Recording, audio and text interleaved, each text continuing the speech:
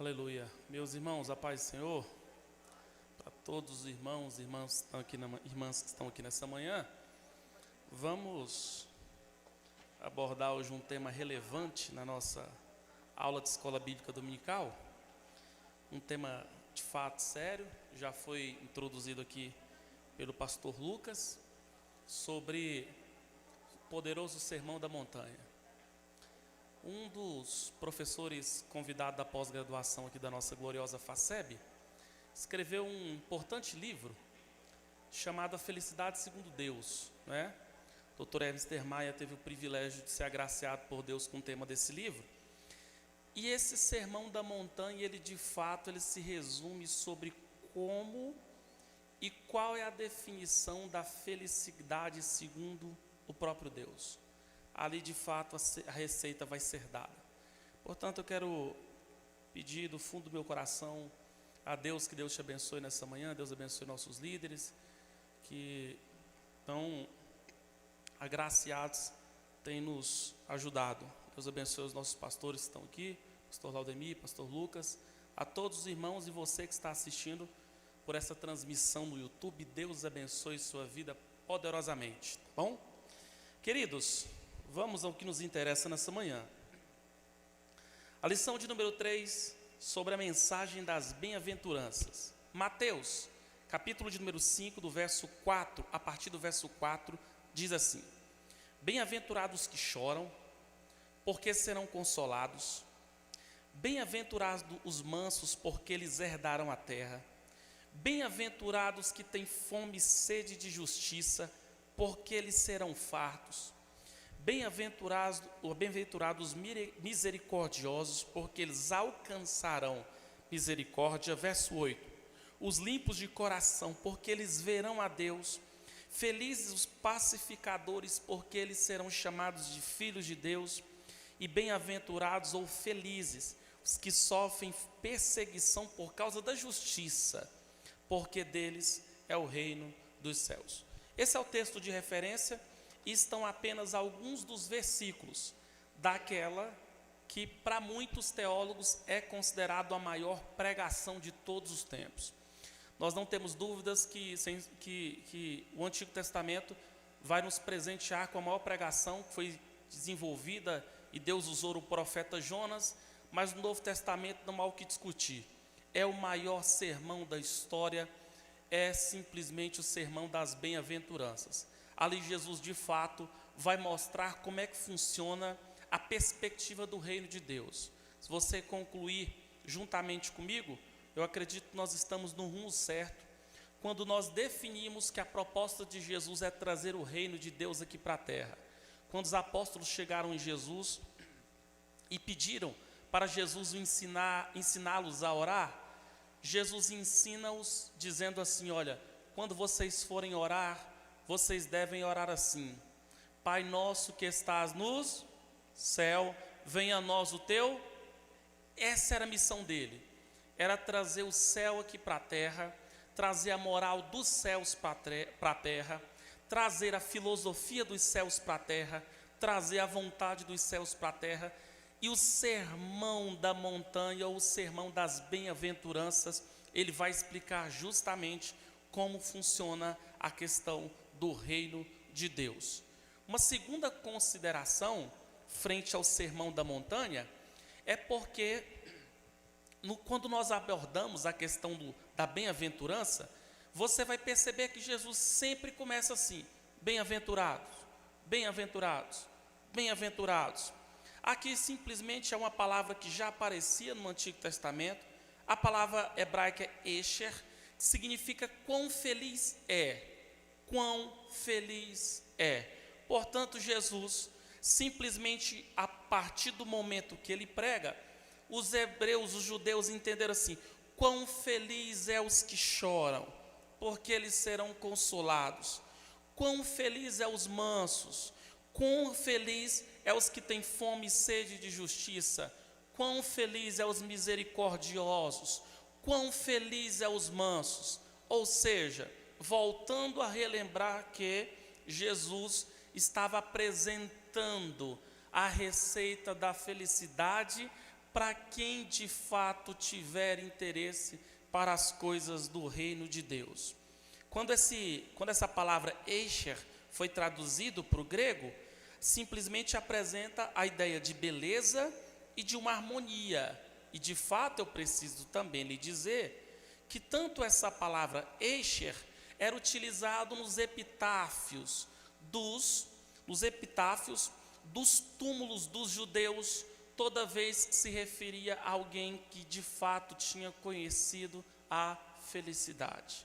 Ou seja, Jesus, ele simplesmente está tratando sobre a doutrina bíblica da felicidade, nos ensinando que sim, o cristão, a cristã, é perfeitamente possível ser feliz aqui na terra, tá bom? Uma outra consideração sobre o Sermão da Montanha. Os irmãos vão perceber que está intrínseco no texto a questão que Jesus ele vem com o propósito de realinhar a que nós chamamos de crise hermenêutica da época.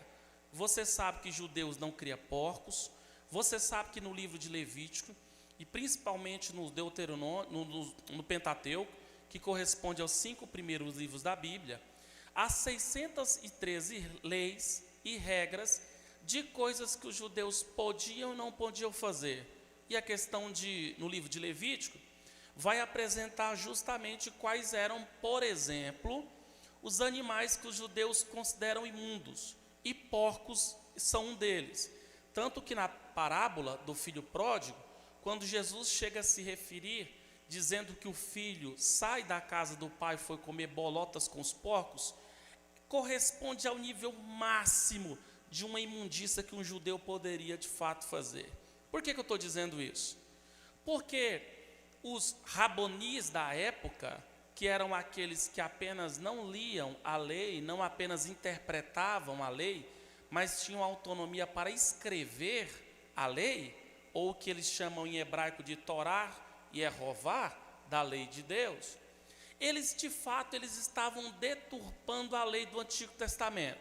Já disse para você, judeus não criam porcos, e a pergunta é, Starley, por que você está se referindo a porcos? Porque na época do Novo Testamento, no século I, muitos desses mestres estavam dizendo, não, a lei proíbe criar porcos em cima da terra. Então o que os judeus estavam fazendo? Criando tablados de madeira e criando porcos sobre os tablados de madeira. É uma forma deles deturparem. Não, a lei disse que simplesmente nós não precisamos amar os nossos inimigos. Se de fato não ceifar a vida deles, já está ótimo. A lei diz que adultério é a partir do momento que eu me deito com alguém. Aí chegou Jesus. E toda vez, você vai ver isso muito intrínseco no sermão da bem-aventurança. Ele disse assim, olha, ouvistes o que foi dito? Dito pela boca de quem? Dito pela boca desses fariseus. Eu, porém, vos digo, e ali ele começa. Ouvistes o que foi dito? Eu, porém, vos digo. Ouvistes o que foi dito? Eu, porém, vos digo. Jesus, de fato, está fazendo o quê? Resposta. Ele está tratando a hermenêutica da época que estava comprometida. Inclusive, você vai perceber que o nosso grande desafio é a não apenas entender, compreender, como de fato pregar a mensagem bíblica, não da forma com que nós achamos, mas é deixar a Bíblia falar conosco. Sempre vai ser o desafio do cristianismo.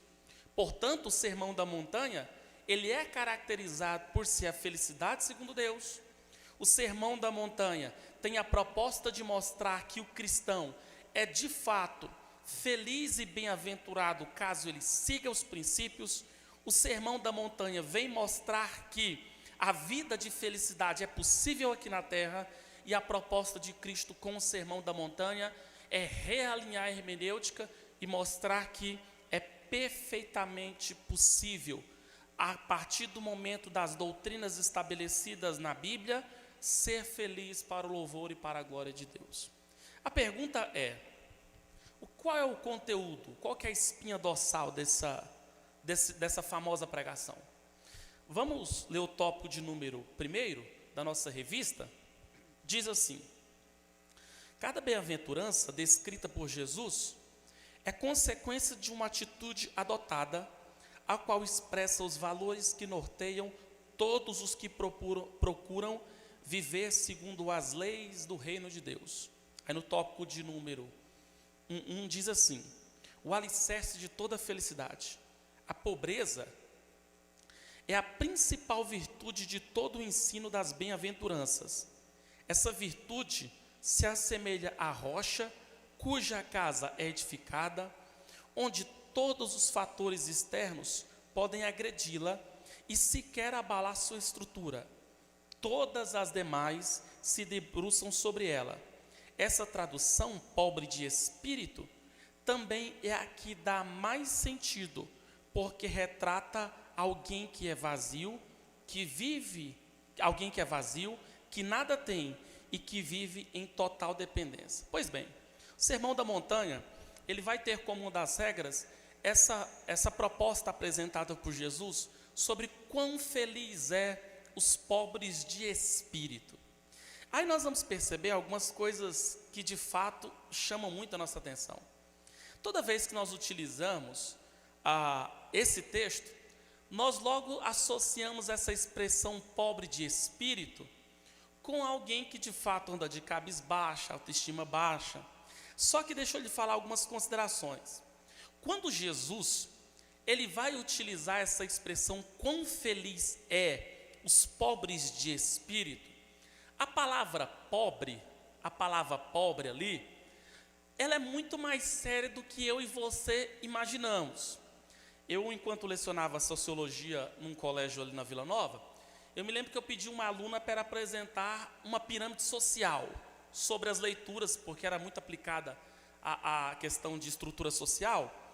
E eu lembro que ela fez justamente essa pirâmide social a respeito do brasileiro. Como é que se divide brasileiros de categoria A, B, C e D, né? Essa pirâmide provavelmente você já deve ter ouvido falar sobre ela.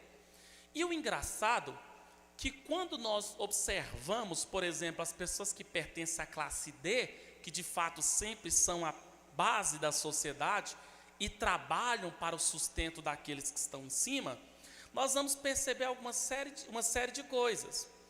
Mas eu me lembro que quando ela fez a apresentação desse seminário, ela explicou que sempre varia em torno de um salário mínimo, uma casa com quantidade de pessoas que de fato passam uma quantidade de privação relevante, onde muitas das vezes não tem nem o que comer, às vezes não tem nem o que vestir direito. Isso é considerado alguém que pertence à classe D. É definido por muitos sociólogos como um assalariado, pessoas que de fato sobrevivem com salário mínimo. A pergunta é: Jesus, quando ele está usando a palavra pobre, Jesus está afirmando sobre a comparação com um assalariado? Não, Jesus usa a palavra muito mais séria. A palavra que Jesus utiliza é de um mendigo. E detalhe, um mendigo que não tem poder nenhum, que não tem status nenhum, não tem cultura nenhuma e não tem dinheiro nenhum. Ele só come se os outros de fato derem comida para ele, eles só comem se os outros de fato derem o que vestir, e ele só tem onde repousar no frio se os outros se compadecerem dele. É aí que quando nós de fato fazemos esse processo de transliteração, quando Jesus utiliza sobre quão feliz é os pobres de espírito, Jesus está simplesmente apresentando sobre cristãos, sobre cristãs, homens, mulheres, jovens, adolescentes que servem a Deus e sabem que só comem se Deus se compadecer, de fato só são protegidos se Deus de fato os proteger. Eles sabem que eles só conseguem respirar se Deus tiver misericórdia e soprar nos seus pulmões o ar da vida. E aí que você vai perceber o quão impressionante é a proposta de Jesus, principalmente mostrando que o Sermão da Montanha é uma contracultura à cultura do mundo. E por que é que eu falo isso? Porque o problema de Jesus nunca foi com riqueza. O problema de Jesus é simplesmente quando a soberba está estabelecida no coração. E aí, irmãos, você vai perceber que, de novo, voltando à expressão mendigo, nós não podemos nos esquecer que essa mensagem é para nós. Nós só temos o privilégio de comer se Deus tiver misericórdia de nós. Nós só temos o privilégio de respirar se Deus tiver misericórdia de nós. Nós só temos o privilégio de andar, sair, desfrutar daquilo que Ele nos deixou, se Deus tiver misericórdia de nós. Porque porventura, se Ele não tiver, o que vai acontecer? Simplesmente vamos ser extirpados. Você vai perceber que Jesus simplesmente confronta a soberba estabelecida no coração daqueles judeus, como de fato o Sermão da Montanha sempre vai confrontar a soberba estabelecida no nosso coração. Vou voltar a dizer, Jesus quer que aqueles judeus, como de fato todos nós que estamos aqui, tenhamos uma séria consciência de que de fato tudo o que nós temos, nós só temos porque Ele quem nos deu através da sua imensa graça e da sua imensa misericórdia. Portanto, é aquilo que eu costumo dizer quando eu prego nesses eventos aí, olha, quem garante a saúde da nossa casa não é basicamente o nosso plano de saúde. Quem garante a alimentação da nossa casa não é o vale-refeição da sua empresa. Quem garante a provisão da sua casa não é simplesmente você. Quem garante tudo isso é o Deus que se compadece de nós através de misericórdia. Amém? Amém? A humildade, já dizia J.C. Ryle, né? É a primeira letra do alfabeto do cristianismo. Sempre será o fato de eu reconhecer que eu dependo totalmente de Deus. Eu dependo totalmente de Deus. Espero que tenha ficado bem claro quando Jesus utiliza essa expressão: ó, quão feliz é os pobres de espírito. Ó, quão feliz é aquele homem e aquela mulher que entende que tudo que ele tem, o status que ele porta, só existe por causa da maravilhosa e poderosa graça de Deus. Amém? O tópico de número 2, vamos lá? Consolo para os que choram. Ou, o quão feliz é os que choram, porque eles serão consolados. E na doutrina bíblica do choro, hein? Será o que, afinal de contas, Jesus estava querendo dizer. Diz assim: quem nesse mundo nunca chorou? Essa é uma pergunta boa, né? A gente costuma dizer por aí, inclusive até um provérbio estritamente machista, que diz que homem não chora, né? Mas a pergunta é séria, irmãos. Quem é que nunca chorou? Afinal de contas, em João capítulo 11, versículo de número 35, registra que até o próprio Deus encarnado em forma humana chorou. Jesus chorou. Infelizmente, vivemos em um mundo onde as pessoas não querem chorar e para isso vivem de entretenimentos para fugir das suas realidades. As pessoas buscam a felicidade de forma equivocada. Pensam que a felicidade oferecida por Cristo é semelhante ao padrão do mundo. Jesus diz que quão felizes são os que choram. De que choro ele está falando? Não é qualquer choro. Lembramos que Esaú chorou, mas não houve arrependimento. Bem-aventurados que choram pelos seus próprios pecados. Há uma conexão com as bem-aventuranças anterior, pobre de espírito. A consciência de nosso estado deve nos conduzir ao quebrantamento e à contrição. Então olhe bem para cá. Você vai perceber que o Sermão da Montanha, uma lei vai ligando a outra. Então, qual que é a primeira proposta de Jesus? É mostrar o quão mendigo nós somos, mostrar quão pobre nós somos, mostrar quão falível nós somos, quão nós somos expostos à fragilidade.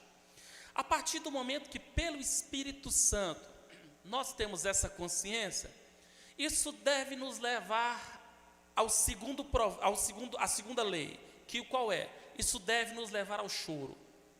Isso deve nos levar ao sentimento de choro. Porém, quando nós utilizamos essa expressão choro, eu estava fazendo a contagem ontem, e existem 12 termos originais para a Bíblia sobre choro. Na Bíblia teve gente que chorou por tudo e quanto é motivo, não é? Primeiro, teve gente na Bíblia que chorou pela morte dos seus filhos, ou pelo menos da notícia que se deram de que seu filho estava morto. Você se lembra do patriarca Jacó, quando deram notícia a respeito da morte do seu filho.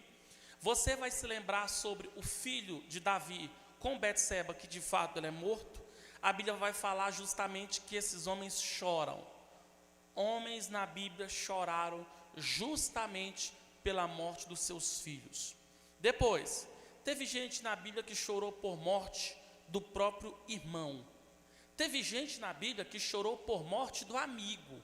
Foi o caso do rei Davi, quando ficou sabendo da morte do seu amigo Jonatas. E você também vai se lembrar, aquilo que eu já disse, que Jesus chora pela morte do seu amigo chamado Lázaro. Teve gente na Bíblia que chorou pelos seus próprios pecados. Você observar o Salmo de número 51, é o resultado de 2 Samuel, capítulo de número 11, quando Davi chora, arrependendo-se profundamente dos seus pecados. Vou falar algo aqui e eu quero acreditar que seja impulsionado pelo Espírito de Deus. Arrependimento é milagre, e milagre os homens não fazem. Arrependimento é milagre, e milagre os homens não fazem. O único que faz milagre é só Deus. Então, um arrependimento genuíno, ele começa não no coração do homem e da mulher, ele começa profundamente no coração de Deus, e o homem e a mulher precisa corresponder.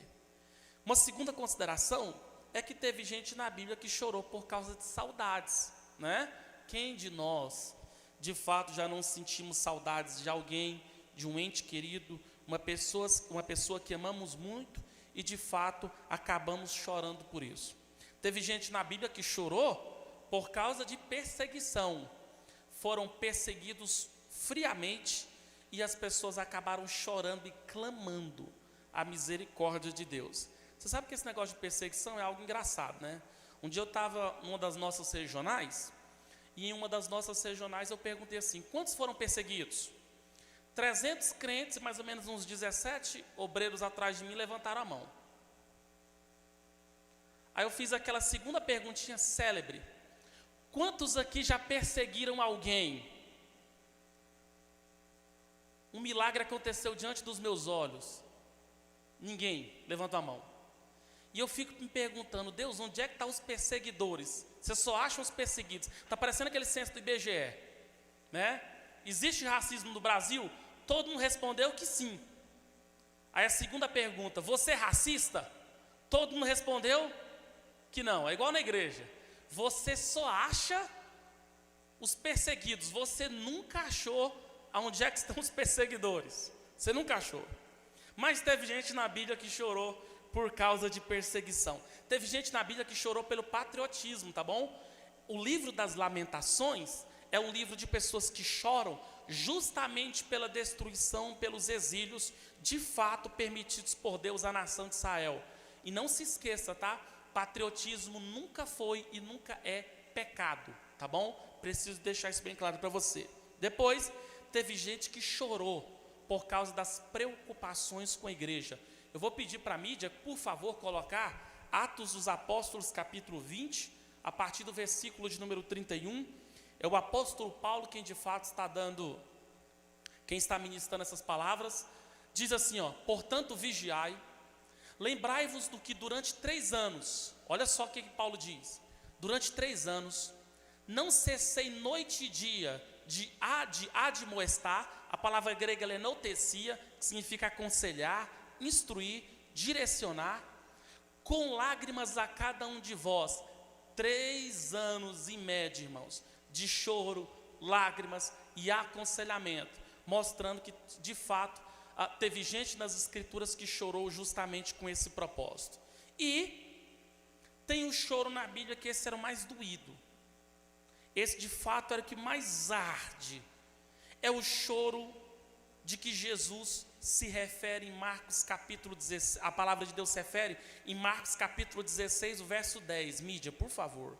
Marcos 16, capítulo de número 10, diz assim: e partindo ela, anunciou àqueles que tinham estado com ele, os quais estavam tristes e chorando. Esse texto é resultado da morte de Jesus. Essas mulheres estavam tristes, estavam chorando, porque Jesus Cristo de Nazaré da Galileia, de fato, havia sido morto. Eu estou lhe dizendo isso para afirmar para você, em alto e bom som, que de todos os choros estabelecidos nas páginas da Bíblia, de que todos os choros estabelecidos nos 66 livros das Escrituras, você vai perceber que o pior choro é o choro da dor, da morte e do luto. Agora, por que eu estou te falando isso? Adivinha qual é a palavra que aparece quando Jesus disse assim: bem-aventurados que choram? É a palavra que vai aparecer, é a palavra de luto, de dor. E o engraçado é que a proposta de Jesus é simples, é reconhecermos a nossa pobreza de espírito e chorar como se chorássemos com uma dor de luto, de fato, porque nós somos pecadores diante de Deus. Irmãos, tem como ser soberbo depois de ouvir um sermão desse? Sabe por que eu estou falando isso? Vocês estão me vendo e ouvindo falar, você que está acompanhando a transmissão aí. Agora imagina ouvir o próprio Deus pregar isso para você.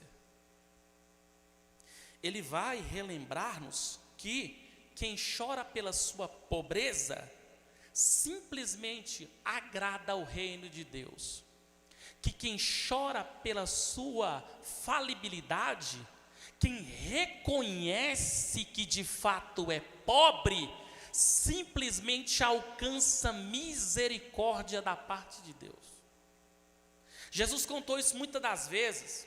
De fato, se tem algo que Jesus sempre foi contra, é sobre o orgulho,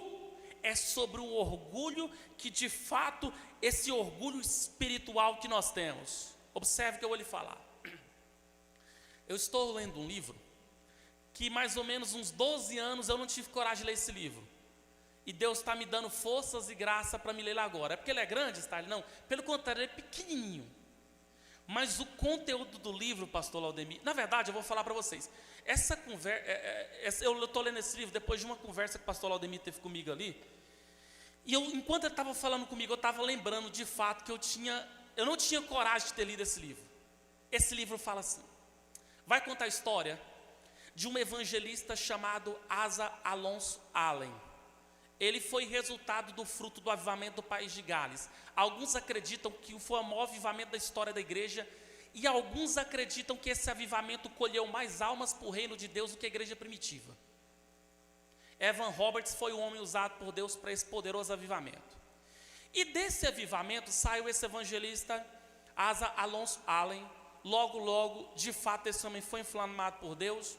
E a partir do momento que ele começou a pastorear, ele sempre fez uma pergunta para Deus. A pergunta é séria, olha a pergunta: Senhor, por que é que na minha igreja nunca houve e não tem milagres? Por que é que a minha igreja não tem milagres? Por que é que na minha igreja as pessoas não são curadas? Por que é que o reino de Deus não é de fato derramado sobre a minha igreja? As pregações são monótonas, tudo é frio. Ele comentou que ele entrou para dentro de um quarto, do próprio quarto da casa, e ele disse que entrava em oração, entrava em jejum, mas ele disse que o cheiro da comida atravessava justamente por debaixo da porta, chegando no seu nariz, ele não suportava entregar o seu propósito e almoçar. Ele disse que esse era um problema sério, porque ele estava dizendo para Deus que ele ama mais comer comida da terra do que de fato ser saciado pela unção dos céus. E ele também vai dizer que decidiu um dia chegar na esposa e pediu para trancar a porta do lado de fora. E disse assim: você só abre se eu bater pelo lado de dentro. Mas detalhe, eu só saio daqui quando Deus falar comigo. Ele disse que não sabe quanto tempo ele passou dentro do quarto. Mas ele disse que viu uma poderosa luz brilhar dentro do quarto, e a partir do momento que isso aconteceu, ele disse que se sentia como uma pedrinha pequena perante uma poderosa rocha. Ele disse que Deus ali começou a falar com ele. E começou a falar para ele o que estava entre ele, Deus, e aquele humilde pastor. Ele explicou que sempre vai ser uma barreira de pecados. E Deus dá a ele, olhe bem para cá, uma lista de 13 itens, que estava entre ele e o poder de Deus. O livro é a lista. E Deus fala com ele que o que Deus revelou para ele ali é o caso de muitos que de fato não são usados por Deus de uma forma extraordinária. Você vai perceber que o título que Jesus mais recebeu, sabe qual foi? De mestre. E o que Jesus mais fez foi milagres. Eu falo isso porque a gente não associa a figura do mestre como a figura de alguém usado por Deus em cura divina. E eu também falo isso para dizer para você que de fato quando as Assembleias de Deus chegam aqui no Brasil, nós passamos pelo que nós chamamos de 3 ondas. A primeira onda do movimento pentecostal, ela era pregada em rádios. E qual era a teologia ensinada pelos nossos pais, da nossa denominação? Simples. Batismo com o Espírito Santo, nós da teologia chamamos isso de glossolalia, escatologia, batismo com o Espírito Santo e volta de Jesus. Isso nós pregamos de 1911 até 1940. A partir de 1940 até 1970, nós mudamos. Cura divina e volta de Jesus. Até aí está tudo ok. Se você observar de 1940 para cá, você vai perceber que cruzadas, de fato, foram instrumentos de Deus para arrancar muitas e muitas almas do inferno. Observe a história do missionário Davi Miranda, fundador da Igreja Pentecostal Deus Amor. Observe a história da Igreja Pentecostal Brasil para Cristo, missionário Manuel de Melo. E observe a história, ela nunca chegou a vir no Brasil, mas numa época que as mulheres nem votavam, ela só, com a ajuda de alguns obreiros e com a graça de Deus, construiu uma igreja do tamanho dessa catedral nos Estados Unidos, que foi a MC Person, a fundadora da Igreja do Evangelho Quadrangular. Cruzadas em massa, cura divina, milagres acontecendo, e de fato tudo isso acontecia. A partir de 1970, nós começamos a chamar o que nós definimos como neopentecostalismo. Para que é que eu vou querer uma casa na terra, no céu, sendo que eu posso ter uma aqui na terra? Para que carruagem de fogo, sendo que Land Rover aqui está tranquilo? É quase igual. Nós de fato desenvolvemos uma teologia terrena. E qual que foi a consequência disso? Resposta: de fato nós fomos abrimos mão dessa unção. E por que eu estou dizendo isso?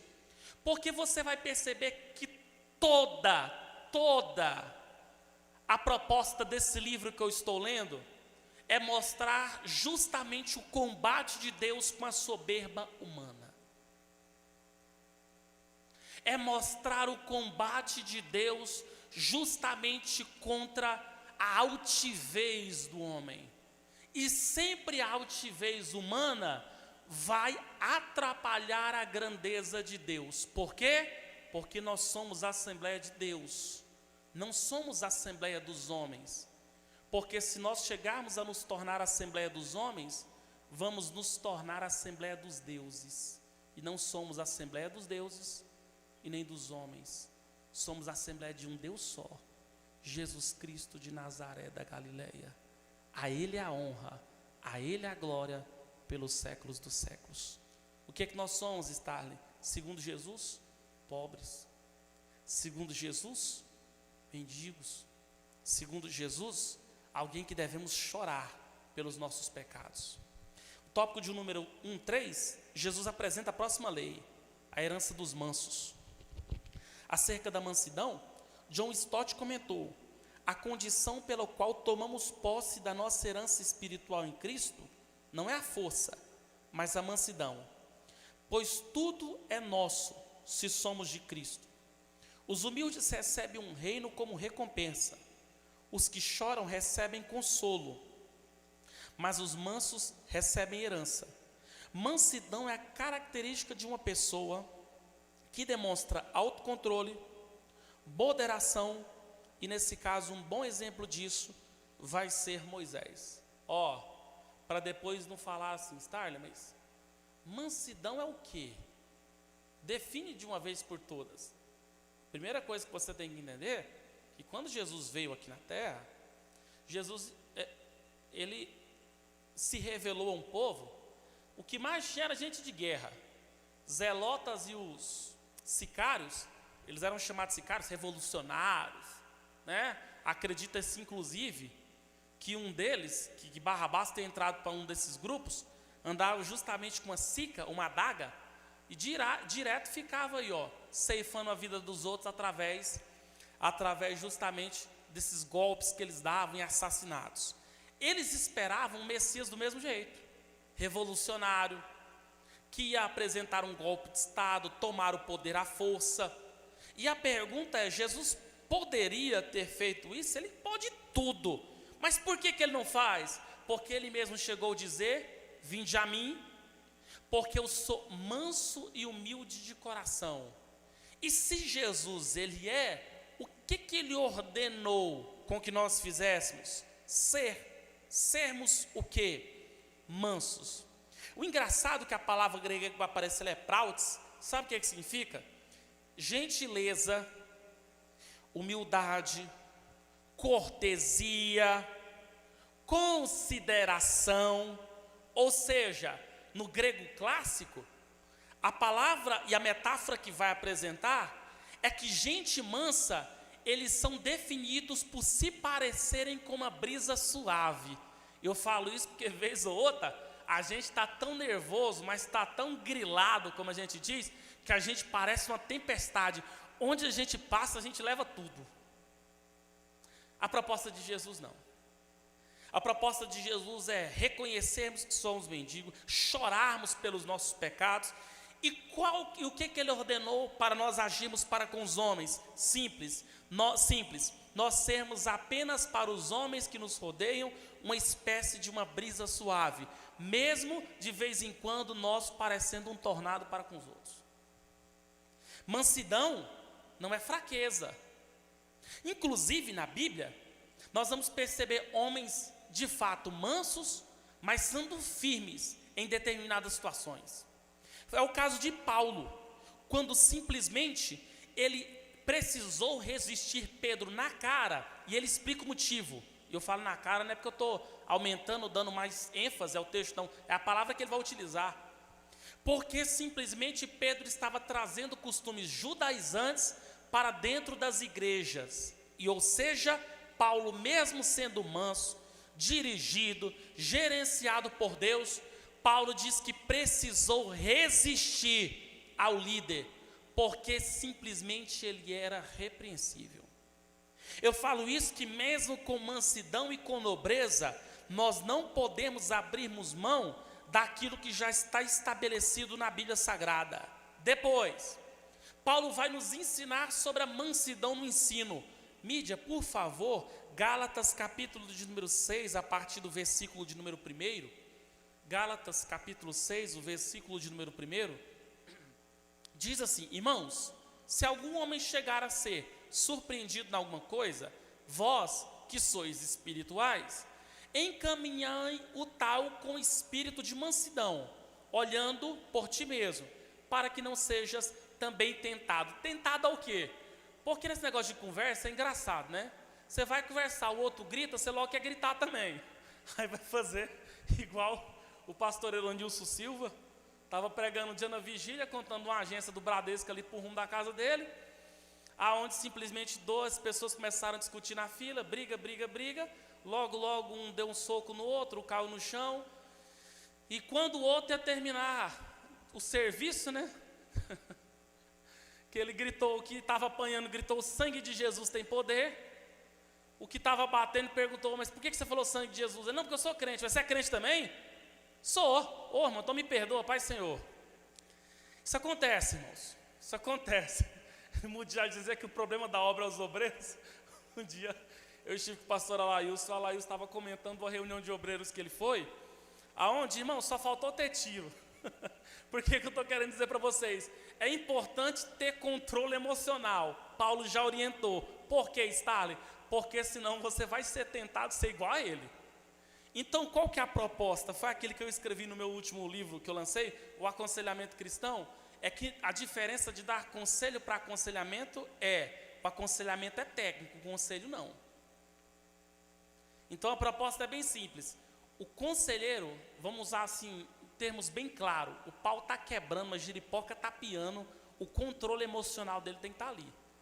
Provavelmente você já deve ter ido num psicólogo. Você já viu o psicólogo gritar, desesperar? Você já viu o terapeuta perder o controle, ficar agoniado? Não. Por quê? Porque dois desesperados vão cair dentro do buraco. Pelo menos um tem que ter calma. Pelo menos um tem que ter controle. Pelo menos um tem que estar, de fato, com a mansidão. Por quê, Starley? Jesus vai fazer uma garantia para esses que têm controle emocional. Qual? Esses que portam controle emocional, eles vão herdar a terra. E é claro que é apresentar uma doutrina bíblica escatológica.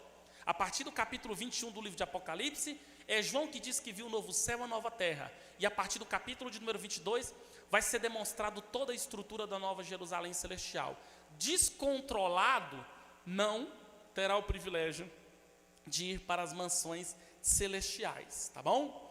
Vamos lá correr, irmãos? Nosso tempo está acabando. O tópico de número 2, diz assim: outra lei do sermão da bem-aventurança.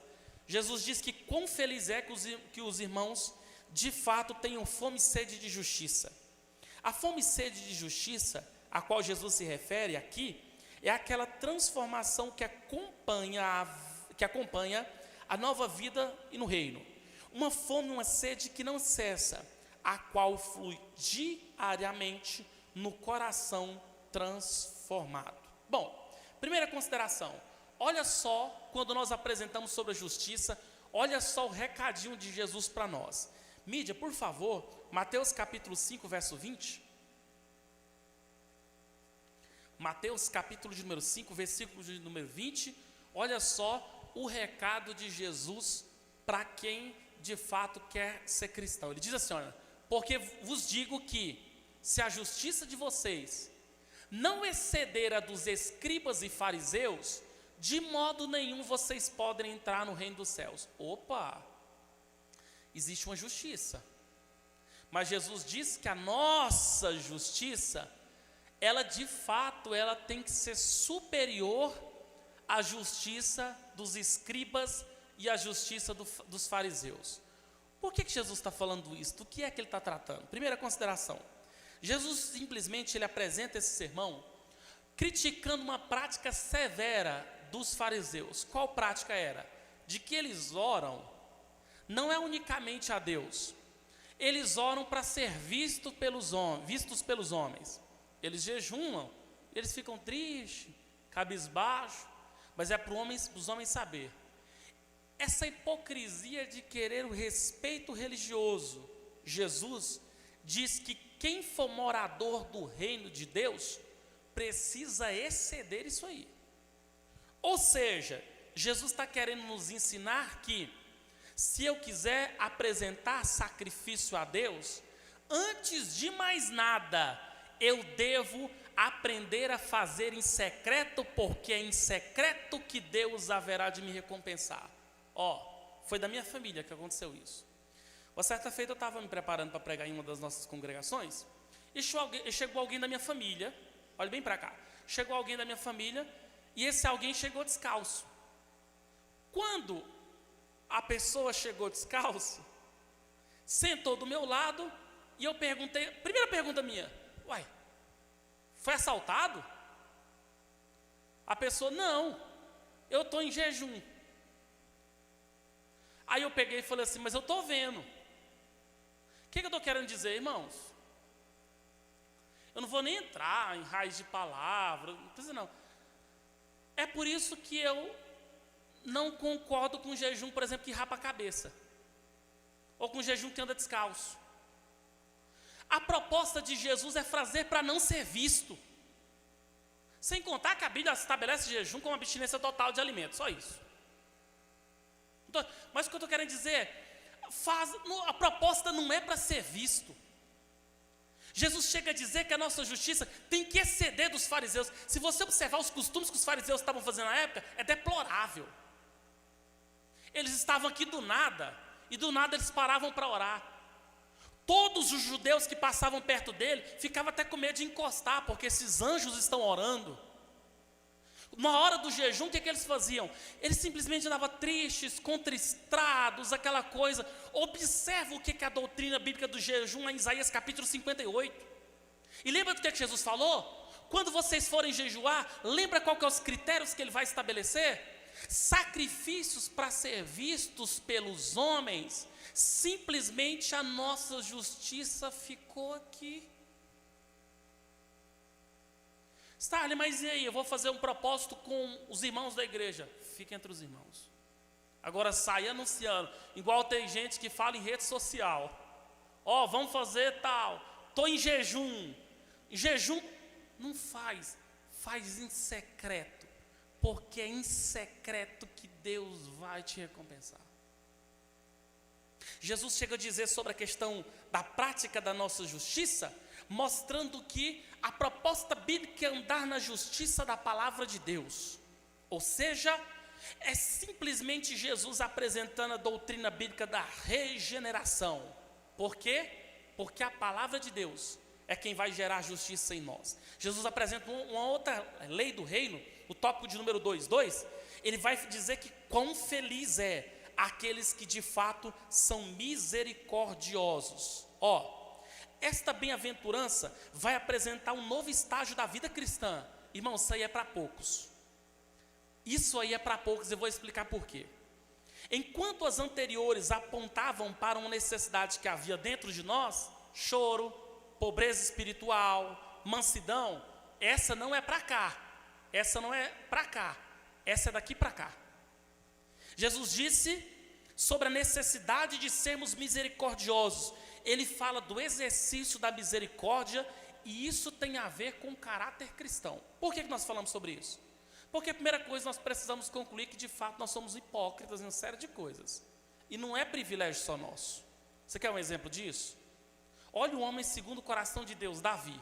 Davi está sentado no seu trono. O profeta Natan chega, conta uma história, porque tem que saber abordar, né? Vou morrer à toa? Sei abordar. Davi, deixa eu te contar a história. Começa a contar a história. Davi, com seu senso de justiça humana, já disse como é que é. Um homem foi e roubou a única ovelha. Esse homem tem que morrer. Esse homem é digno de morte. Vou ordenar o exército israelense para ceifar a vida dele. Mas Davi, o homem é você. Dessa parte eu não sabia. E aí que Davi diz: Senhor, então tem misericórdia de mim. Por que eu estou dizendo isso? Porque aquela frase que diz que pau que dá em Chico, dá em Francisco, é basicamente entender que para com os outros homens, nós devemos sempre ser misericordiosos, porque segundo Jesus, na parábola do credor, na palavra do credor incompassivo, nós recebemos de Jesus um perdão. E simplesmente nós devemos aprender a ser misericordiosos e perdoar, porque o Hernandes já fala uma frase que eu nunca esqueci: simplesmente não perdoar o próximo é tomar um copo de veneno achando que quem vai morrer é o outro, quando na verdade quem acaba morrendo sou eu mesmo. Exercer a misericórdia não é fácil, porque a nossa carne tende a ser hipócrita. E nós não podemos nos esquecermos que misericórdia é algo que nós temos que ter, porque um dia alguém na cruz do Calvário demonstrou misericórdia por nós. A misericórdia com Deus, a misericórdia de Deus, ela é enaltecida na Bíblia. O Salmo 118 vai dizer que nós devemos louvar a Deus porque Ele é bom e a sua misericórdia dura para sempre. Em Lamentações que vai dizer, não é a palavra de Deus, tá? Porque tem crente que diz que a palavra de Deus que se renova a cada manhã. Isso não é verdade. A palavra de Deus não precisa de renovação nem de atualização. A Bíblia vai dizer que as misericórdias do Senhor são elas que se renovam a cada manhã e elas são a causa de nós não sermos consumidos. Ou seja, você e eu estamos vivos porque tem um propósito e porque Deus quer. Mas com certeza a base desse propósito e dessa vontade divina não é outra, ao não ser a misericórdia de Deus. A misericórdia de Deus, ela é estabelecida de nós, de cima para baixo, para nós agirmos para com o próximo. Essa é a parábola do bom samaritano, Jesus de fato apresenta isso. Ou seja, a misericórdia é uma marca ímpar de todo homem e de toda mulher que vai morar no céu. O tópico de número 2, 3, vai falar sobre os limpos de coração. A Bíblia usa a palavra coração como centro de nossa vida, revelando como o podendo ser um manancial de imoralidade e de impureza. A Bíblia vai dizer, inclusive, irmãos, que enganoso é o coração do homem. Aí Jesus chega com uma mensagem totalmente ao contrário, dizendo assim, que os limpos de coração, eles vão ser privilegiados. E aí, Starley, o nosso coração já nasce sujo? O nosso coração já nasce com a nossa natureza adâmica? Como é que faz para limpá-lo? Levando em conta que a palavra aqui é cardia, eis aí o resultado da palavra eletrocardiograma, a mostrar que basicamente a limpeza no coração se faz com a palavra de Deus, né? Conhecereis a verdade e a verdade vos libertará. Jesus está querendo ensinar uma única regra, a doutrina bíblica da regeneração e da santificação da mente e do coração. Isso só é possível através de uma forma. Hebreus capítulo 4, verso 12, vai dizer que a palavra de Deus, ela é viva e ela é eficaz, ela é mais penetrante do que qualquer alguma espada de dois gumes, penetra até a divisão da alma e do espírito, das juntas das medulas, e ela é apta para discernir pensamentos e intenções do coração. Onde bisturi de cirurgião não vai, pode ter certeza, a Bíblia tem poder para ir. A Bíblia tem o poder de simplesmente perfurar alma e coração. Inclusive a Bíblia caminha, o poder, o conteúdo da Bíblia, caminha simplesmente por labirintos dentro da nossa mente que de fato vai destruir tudo aquilo que é ruim. Ou seja, a Bíblia Sagrada é o maior presente que Deus deu enquanto revelação escrita. Por fim, Jesus vai apresentar uma última regra, o tópico de número 3, Jesus vai elogiar aqueles que são pacificadores. Um rápido resumo, o que significa os pacificadores? São aqueles que promovem a paz no meio da guerra. São aqueles que dão conta de ser justamente proporcionar luz no meio das trevas, pegar quem está de pé, o que estava caído, colocar fé no coração desesperançado. Os pacificadores costumam ser uma espécie de extinção. E eu falo isso, sabe por quê?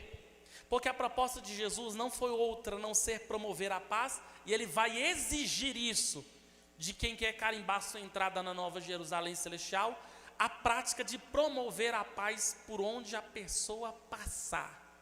Irmãos, nós temos de uma vez por todas concluirmos sobre as marcas que as marcas que nós temos deixado.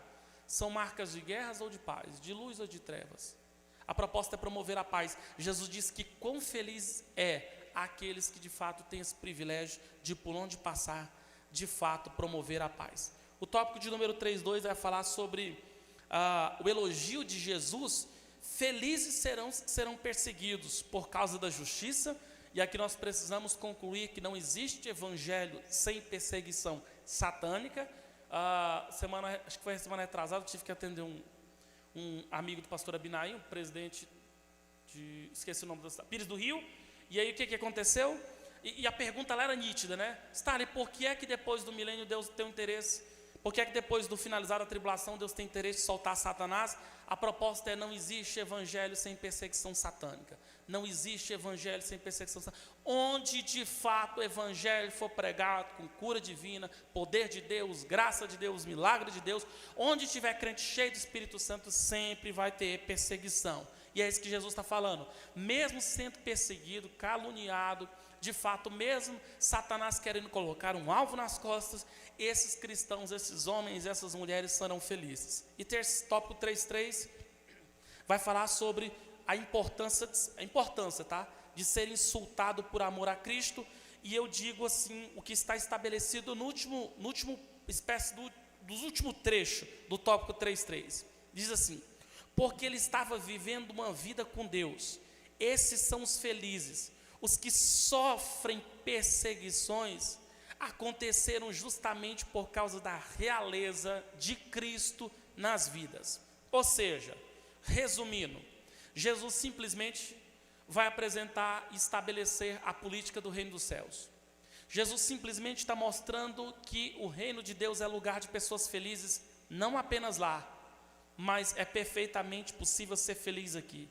Jesus diz que é possível ser feliz quando reconhecemos a nossa pobreza. Jesus diz que é perfeitamente ser feliz quando reconhecermos e chorarmos por causa da nossa pobreza. Que é perfeitamente feliz aqueles crentes que são semelhantes a uma brisa suave, sermos manso.